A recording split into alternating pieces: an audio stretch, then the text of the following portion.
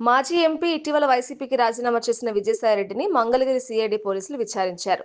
Kakinada seaport private limited అధిపతి KV రావు నుంచి అక్రమంగా వాటాలను బదిలీ చేసుకున్నారన్న ఆరోపణలపై విజయసాయిరెడ్డిని ప్రశ్నించారు. వాటాలు ఏ విధంగా తీసుకున్నారు? బలవంతంగా లాక్కున్నారా? బలవంతంగా తీసుకుంటే ఇందులో ఎవరెవరి పాత్ర ఎంతనే విషయాలను సాయిరెడ్డి నుంచి సిఐడి అధికారులు రాబట్టే ప్రయత్నం చేశారు. ఉదయం 11 నుంచి దాదాపు 3:30 గంటల పాటు సాయిరెడ్డిపై అధికారులు ప్రశ్నించారు.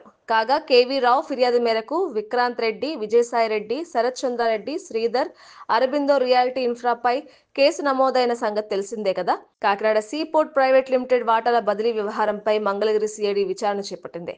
ముఖ్యంగా కేవీ రావు ఫిర్యాదుతో ఈ కేసు మరింత చర్చనీయాంశమైంది. సిఐడి విచారణలో కీలక అంశాలు: వాటాలు ఎలా బదిలీ అయ్యాయి? బలవంతంగా లాక్కున్నారా?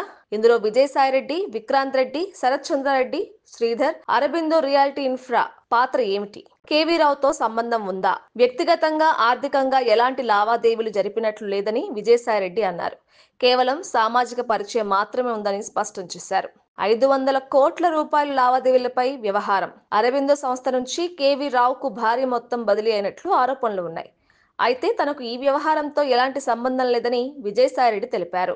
కాకినాడ సీపోర్ట్ ప్రైవేట్ లిమిటెడ్ వాటాల బదిలీ వ్యవహారంలో విక్రాంత్ రెడ్డి పాత్ర విషయంపై ప్రశ్నలు. విక్రాంత్ రెడ్డి లావాదేవీలు నిర్వహించారని సిఐడి అధికారులు అడిగారు. అయితే తనకు ఈ వ్యవహారంపై ఎలాంటి అవగాహన లేదని విజయసాయిరెడ్డి అన్నారు. ఈ వ్యవహారం వైఎస్ జగన్మోహన్ రెడ్డికి తెలిసే జరిగిందా? ఈ డీల్ విషయం వైఎస్ జగన్ కు తెలియదని విజయసాయిరెడ్డి స్పష్టం చేశారు. నన్ను ఉద్దేశపూర్వకంగా ఇరికించారని విజయసాయిరెడ్డి ఆరోపించారు. ఇక వైసీపీపై విజయసాయిరెడ్డి తీవ్ర వ్యాఖ్యలు చేశారు.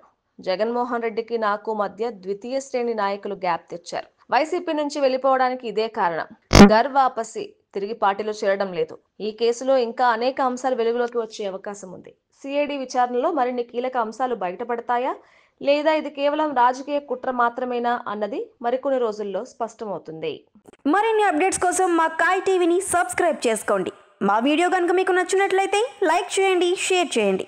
మీ విలువైన అభిప్రాయాలను కామెంట్ బాక్స్లో తెలియజేయండి.